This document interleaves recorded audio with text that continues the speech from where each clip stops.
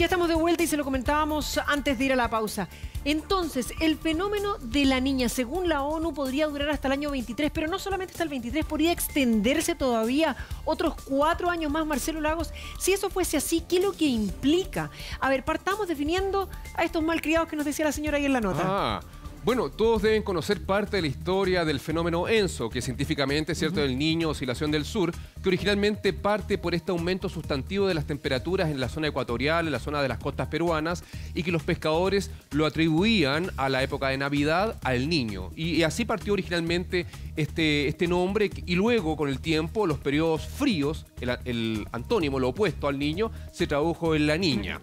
Ahora bien, este es un proceso que originalmente es un cambio que genera cambios globales de origen natural, y eso es importante entenderlo, y particularmente consiste en que en la zona ecuatorial se concentran las máximas temperaturas. Quienes hayan ido al Ecuador, a la latitud cero, claro, saben que es el lugar donde el sol golpea perpendicularmente. Por lo tanto, en la zona tropical es donde están las grandes selvas, en las zonas subtropicales, todas esas zonas donde llega más calor.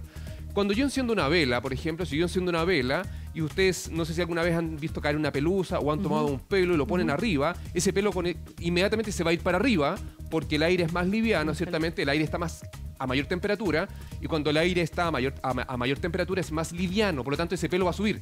Va a llegar un punto que el aire va a empezar a enfriarse y ese pelito, que si lo estoy mirando, ciertamente va a caer y se da una especie de circulación en función de ese foco de calor.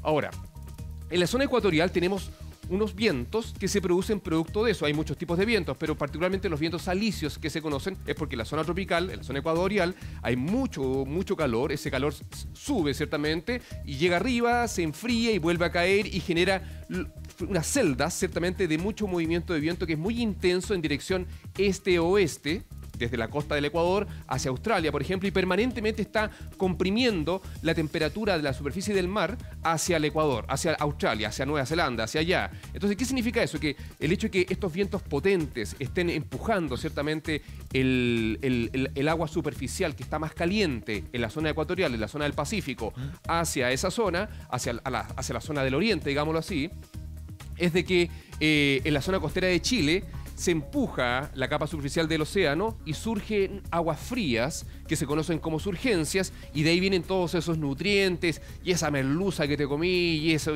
bueno, todo lo que tenemos, toda esa diversidad de peces y pesca gigantesca que caracteriza la realidad de nuestro país deriva de este afloramiento de aguas frías que surge porque estos vientos están empujando en parte, entre otros elementos y factores, esta masa de aire de agua más cálida arriba, y que hace que la nubosidad se concentre hacia el Asia, hacia Australia, ciertamente, digámoslo así en simple. Cuando hay un fenómeno Niño, en rigor lo que pasa es que estos vientos se debilitan. Estos vientos, por motivos que todavía se siguen tratando de explicar desde el punto de vista científico, se debilitan, y al debilitarse, esta masa de aire de océano más cálido se devuelve hacia el Ecuador, se viene hacia el océano, hacia el Pacífico Central, incluso hacia la costa ecuatoriana y peruana, y eso implica los años niños, que aumenta la temperatura en la zona ecuatorial, y eso afecta a todo el sistema planeta Tierra. Por ejemplo, en el caso de Chile, cuando tenemos años niños, todos bien sabemos que aumenta la humedad, aumentan las precipitaciones, el riesgo aluvional y una serie de procesos que mostraban las notas. A diferencia de lo que estamos viviendo hoy día, que es el fenómeno La Niña, que partió más o menos en 2020, pasadito mediados del 2020, y que tiene momentos, hay momentos más intensos, menos intensos, incluso en este verano se debilitó y muchos hablaban de que era poco probable que la niña continuara, pero hoy día, tal como mencionabas, Carola, el último informe de la Organización Meteorológica Mundial confirma de que todos los datos indican de que viene para quedarse y que es muy probable, de probabilidades del 60-70%, que, ojo, que probabilidad es una probabilidad, no quiere decir que sea sí o sí, pero es muy probable que esto continúe el próximo año, y eso ya sería inédito porque serían 3 años seguidos de La Niña. Cuando tenemos Niña, lo que pasa es que estos vientos alisios que están en el Ecuador se fortalecen, tienen más energía y por lo tanto empujan demasiado la masa de aire, de la masa superficial del océano, que es más cálida, y eso hace que afloren aguas frías del fondo del Pacífico en la costa pacífica, y que gran parte de la zona, particularmente de la zona ecuatorial, el océano se enfríe producto de que afloran estas aguas en profundidad, y eso evidentemente tiene un impacto y un cambio en toda la meteorología global y climática. Ahora, ¿qué pasa en Chile con La Niña generalmente? como decía bien la nota y los señores entrevistados, ¿cierto? ¿Ya? Decían, hace más frío, ¿sí? Predominan las temperaturas más bajas, se hace mucho más escasa la precipitación y evidentemente eso nos genera mucho ruido porque en el contexto de una mega sequía, en un contexto de lo que está pasando, pero particularmente todo lo que está pasando en un contexto de emergencia climática humana, ciertamente hace que la situación sea más compleja. Si vemos Petorca, por ejemplo, una zona que ha estado caracterizada en el último tiempo por la sequía y además algunos también dicen que hay una condicionante humana que ha llevado el agua a ciertos lugares donde principalmente se producen paltos. Cuando uno ve eso en Petorca, también es un reflejo, a ver si lo podemos explicar, porque este fenómeno finalmente lo observan los chilenos en zonas bien características, por ejemplo eso. Petorca tiene ese elemento, ¿cómo lo podríamos explicar ahí en concreto? Mira, la verdad es que más que una localidad específica, los efectos de la niña complementan otros procesos. Está la niña, que es junto con el niño, ENSO, el fenómeno ENSO, ciertamente el Niño Oscilación del Sur, es un fenómeno climático que afecta a gran parte, si no todo el planeta, de forma diferenciada. Los síntomas que conversamos son los que ocurren en Chile, pero en otras partes es todo lo contrario. Hay más inundación, los huracanes se hacen más agresivos, depende de la zona geográfica del mundo. Pero particularmente en el caso de Petorca o la zona central de Chile, está todo está todo combinado, porque está el proceso de, evidentemente, la mega sequía que estamos viviendo, está el proceso de la niña, que disminuye precipitaciones, está el proceso de la influencia directa o indirecta que tiene la mancha cálida frente a las costas de Nueva Zelanda, que debilita el anticiclón del Pacífico y lo hace fluctuar y evita que los frentes de mal tiempo logren permear ciertamente la zona central y precipite como caía en el pasado, como decía la gente, en abril, lluvias 1000. Entonces, más que la niña y su efecto específico en una localidad específica, es cómo la combinación de todos estos procesos conversan y tienen un impacto, porque todo a final de cuentas es un sistema y en un sistema está todo interconectado. Ahora, en este caso, Marcelo, viene a agudizar lo que estamos viendo como calentamiento global en nuestro planeta, en definitiva, y no viene a colaborar en lo más mínimo. ¿Qué pasa si la niña se sigue extendiendo, ya no solo hasta el 2023, como lo estamos viendo? O a ver, vamos paso a paso. ¿Qué pasa si se extiende hasta el 2023? ¿Quiere decir que este invierno las precipitaciones nos podemos empezar a olvidar?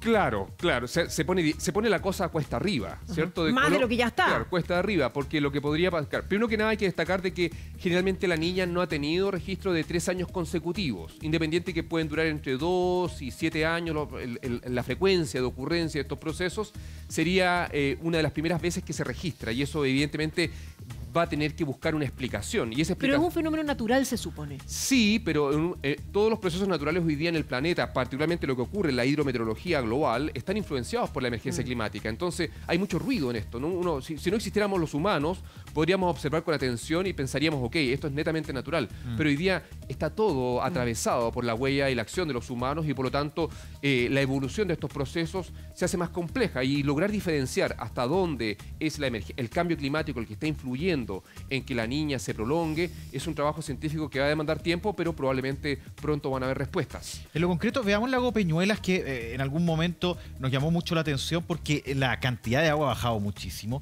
También lo podemos considerar, y ahí el registro probablemente es impactante, cuando uno lo ve, un lugar que habitual, mira, son manchones de agua, Marcelo, viendo el efecto directo, puede haber otros elementos también que se sumen a esto, pero la corriente también de la niña tiene injerencia aquí, ¿no?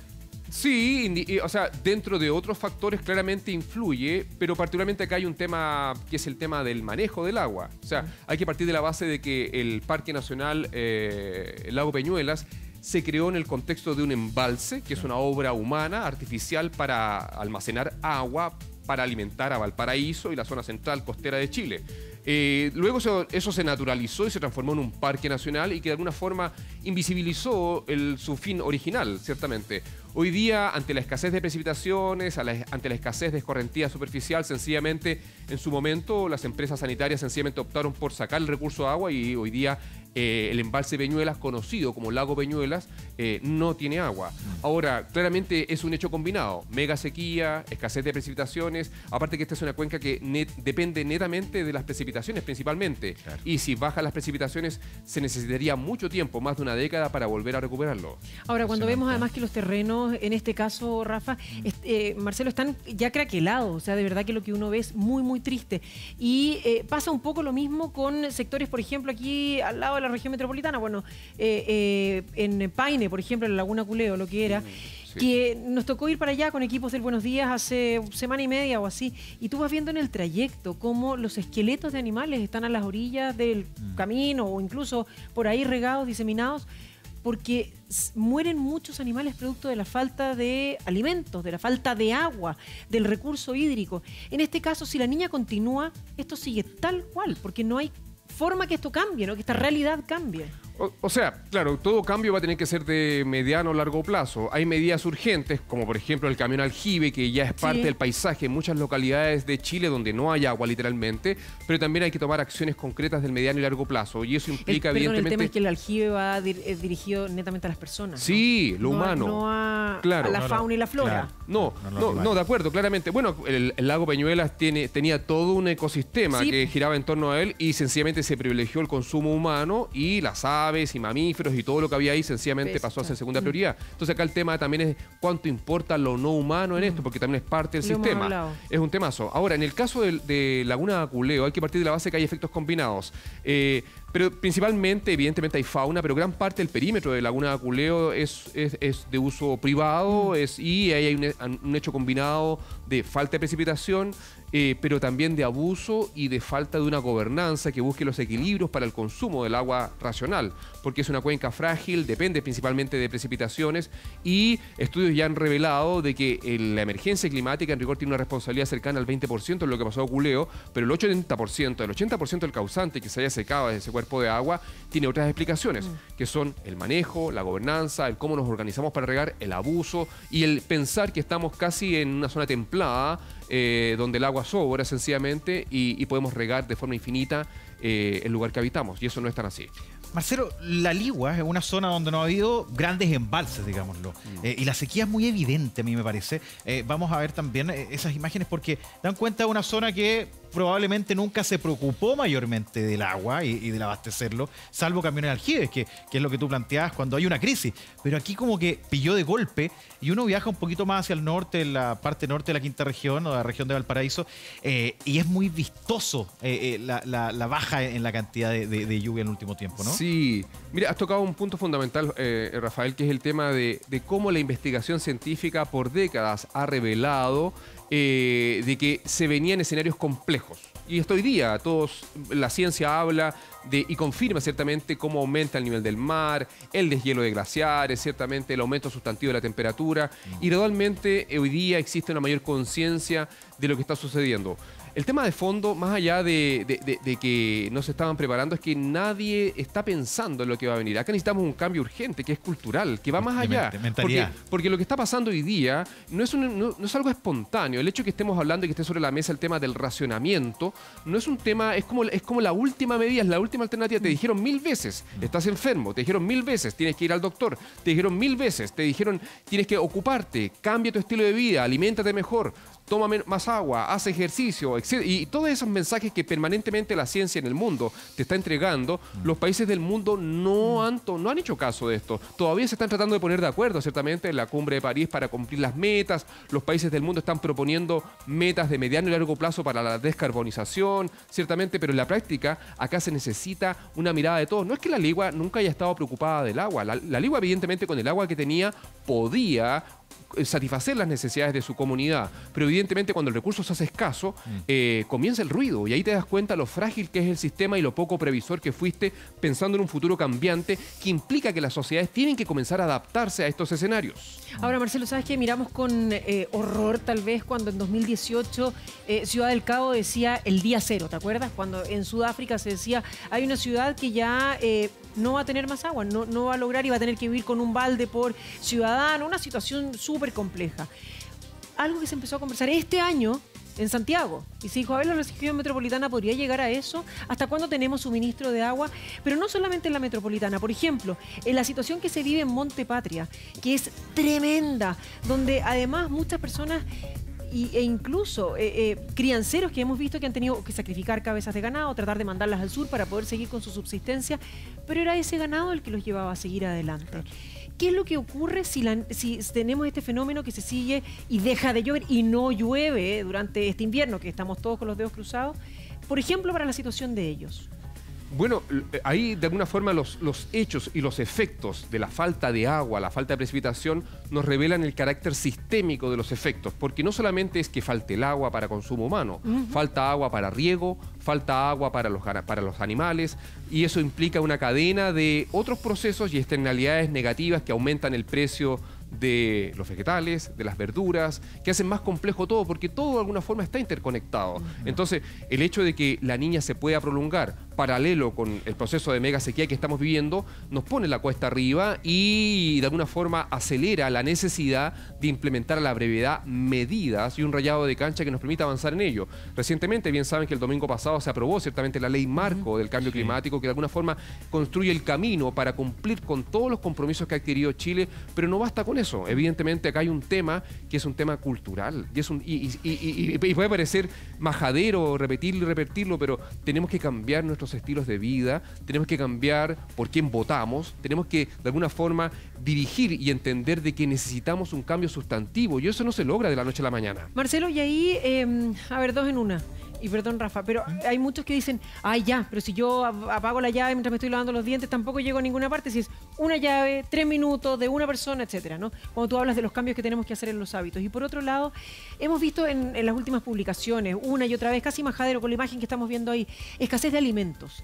Tiene que ver con el agua, tiene más que ver con el aumento de los precios de fertilizantes, por ejemplo, y la problemática a nivel mundial que existe hoy, con las semillas, con la posibilidad de genéticamente modificarlas.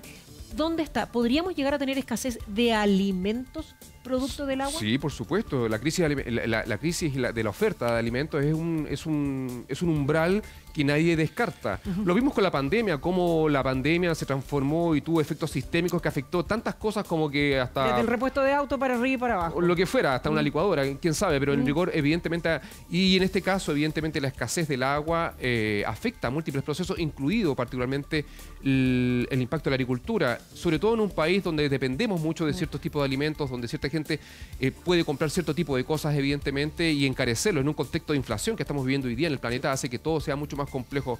Claramente, eso, y esa mirada anticipada, de anticiparse a esa potencial crisis, implica buscar las formas, las medidas de innovar, de avanzar y de acompañar a quienes más lo necesitan en estos temas. Estamos viendo y hemos mirado hartas situaciones en la región de Valparaíso en particular, porque impactan, porque el antes y el después son muy evidentes. Llegamos a la región de Coquimbo con Monte Patria, pero ahora en Putaendo, y aquí me quiero centrar en la zona de San Felipe, el interior de la región de Valparaíso también, y al momento de verlo, Marcelo, más al interior, pareciese que es más evidente el cambio. Y ahí, mira, está todo muy, muy seco.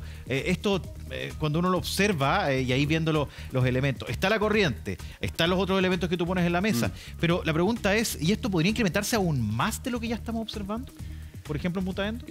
Yo diría que mantenerse, incrementarse, la verdad es que me cuesta imaginar algo más difícil de lo que estamos viviendo, y esta es una ventana de lo que sí viene para quedarse. Claramente estamos viviendo la mega sequía, ciertamente ahora con el ruido de la niña y otros elementos regionales que influyen en ello, pero de alguna forma hay que entender de que el escenario que estamos viviendo es altamente probable que sea el escenario que vamos a vivir en Chile de aquí a mediados del siglo, 2050, 2100, va a ser así. Y de alguna forma los efectos de la emergencia climática y de todo lo que está pasando en el planeta nos ponen sobre la mesa un escenario para el cual tenemos que comenzar a caminar. Y por lo tanto ese recuerdo de abril, lluvias 1000, etcétera, claramente va a ser parte del pasado.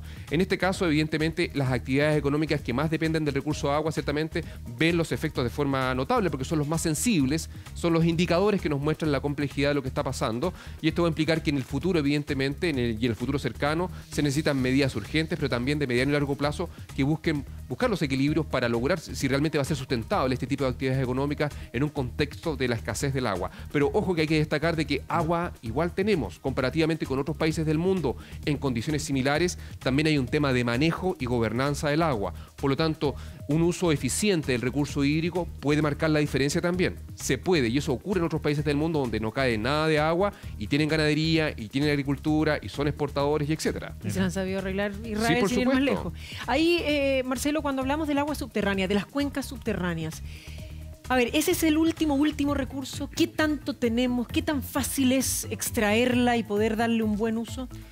Bueno, el agua subterránea, entre otros, el agua de los glaciares y todo lo que escurre y lo que llueve, permea y logra, bueno, permea donde se puede, porque las ciudades cada día están más impermeabilizadas, lamentablemente, sí, claro. Y es por eso que es importante el área verde, más pavimento, ¿cierto? Menos pavimento, etcétera. Pero el hecho de que permee permita de que esas aguas no desaparezcan, sino que quedan acumuladas en reservorios bajo el suelo, se conocen como aguas subterráneas, tienen niveles freáticos. Aquí en la cuenca de Santiago, por ejemplo, esas aguas están más concentradas hacia la parte más poniente, hacia Maipú, la cuenca está basculada, se da todo por allá, ¿cierto? Por eso están las lagunas, Carén, etcétera, cuando desborda el Mapocho, desborda para allá. En la práctica, claramente son reservorios fundamentales, pero el problema con el agua es que con el agua subterránea hoy día, es que dada la escasez sustantiva que tenemos de agua, la extracción del agua subterránea ha sido, pero como nunca antes, abusiva, al punto de que los niveles freáticos siguen bajando, pero también hay todo un mundo de la extracción de agua subterránea de forma ilegal, porque evidentemente el Estado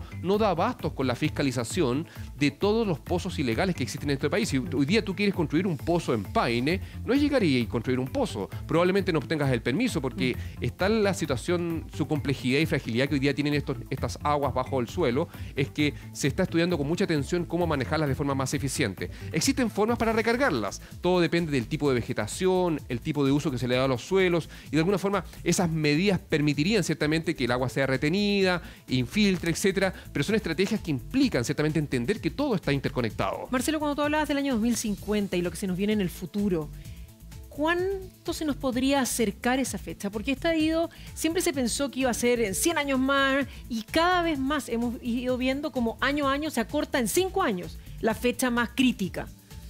La verdad es que, sin ser pájaro de mal agüero, y no tengo nada contra los pájaros, todo lo contrario, pero hay que destacar de que el horizonte se ve oscuro, porque en la práctica no hay ningún cambio. Vemos conversaciones, vemos política, pero las conductas de gran parte de la mayoría, y hago una excepción con los más jóvenes, yo diría que en los más jóvenes hoy día existe una percepción importante y una sensibilidad con lo que está pasando. No pongo en duda que algunos adultos evidentemente también tienen conciencia, pero lo que estamos viviendo es gravísimo. La Tierra está enferma, tenemos que sanarla ya. Estamos atrasados y necesitamos un cambio. Y este cambio no quiero usarlo como una palabra política. Los políticos siempre hablan del cambio, el cambio, sino que acá el cambio es porque tenemos que cambiar individualmente. Tal como decías, Carola, el tema del consumo del agua en tu casa, las pocas cosas que uno hace, eso se conecta con una forma de entender cómo nos relacionamos con el medio, y que cada una de las decisiones que tomamos tiene un impacto en nuestro planeta. Pero también, desde el momento que tenemos conciencia, también exigimos a la autoridad que dé garantías de cuidado de la tierra,